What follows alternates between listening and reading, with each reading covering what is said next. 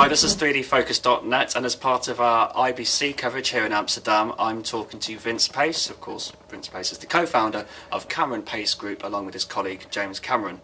Now, Cameron Pace Group are obviously famous for their Fusion 3D rigs, which have been used on big blockbuster films, including the upcoming invention of Hugo Cabret, Three Musketeers and 47 Ronin. But a very important part of their business model is television.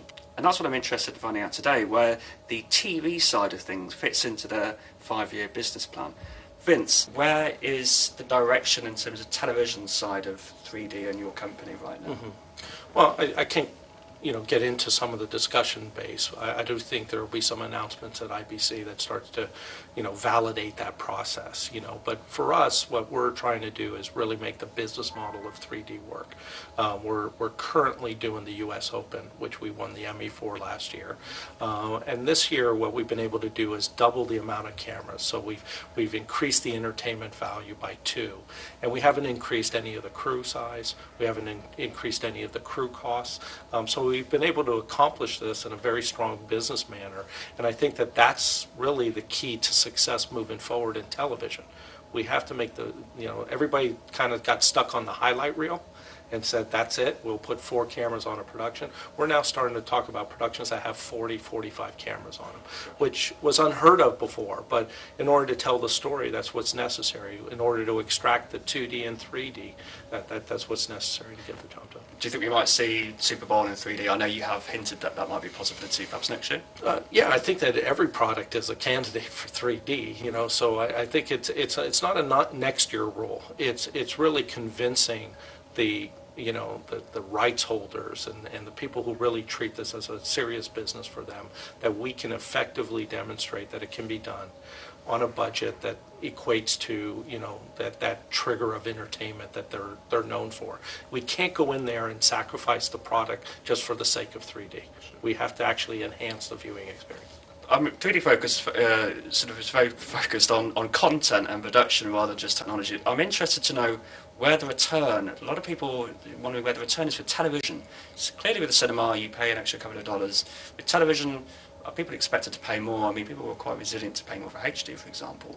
How would it work for TV? Where's the model for the television side of the 3D business? Well, like any model, whether it was HD coming into the market, you have to justify the cost. And I think we're falling short of that, with some of the conversion techniques or, lack of cameras at a production, so we're not really telling the whole story. Some of the camcorder results, so it's a lesser quality acquisition platform. We can't do that and say we're going to charge for it. What we have to do is really turn over an entertainment product that people want to pay for, that they say, it is better to see my sport this way, and I'm willing to pay the extra charge in order to get that channel. And there's been previous business models like HD that did transition into that. We have to do the same thing for 3D. Big US network are trialing conversion, it's been rumoured. You just mentioned the conversion. Some people would say we need to have conversion, otherwise it won't take off for a long time. What are your thoughts on that? Would that be damaging? Well, the thing is if you're going to do conversion properly, you need time and money, right? That doesn't go hand in hand with the television or broadcast market, right? So what we need to do is make the solutions cost effective. If you can shoot it in 3D, you should shoot it in 3D, but we need to make the numbers work. It's kind of going back to the color days, right? You could colorize a film and you could go through that effort, but the real solution for the future is to make the equipment affordable and available to shoot it in its native presentation, and that's what we work on as a company. Conversion has a role. It's just our feeling is as we grow into the market, like now doing 40 cameras on a production, the argument for going to conversion becomes less and less of a play in the game. Okay, it's very good to hear you say that UK is important for your company. I was wondering, I know you have some stuff going on at Shepperton, is that right? Yes. Are you anywhere near sort of expanding on that and really growing in the UK particularly? Yeah, we're near growing in the UK. We're not close to saying, okay, this is our location, this is where we're going to be operating from. We first want to have the conversations with the mobile unit providers and the industry as a whole, because we really come in on a supportive relationship with those providers, like we work with NEP in the domestic market for us. So I think those conversations are being held. Some of them are being held at the IBC show to start to determine where is the best location for us. But the fact is, we're migrating to the UK.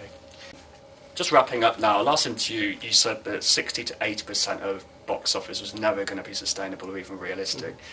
Do you have an idea or sort of a ballpoint figure of what is achievable and healthy for the industry going forward in terms of the ratio? Well, what's healthy for the industry is people making the decision that I want to go see this film and I want to see it in 3D.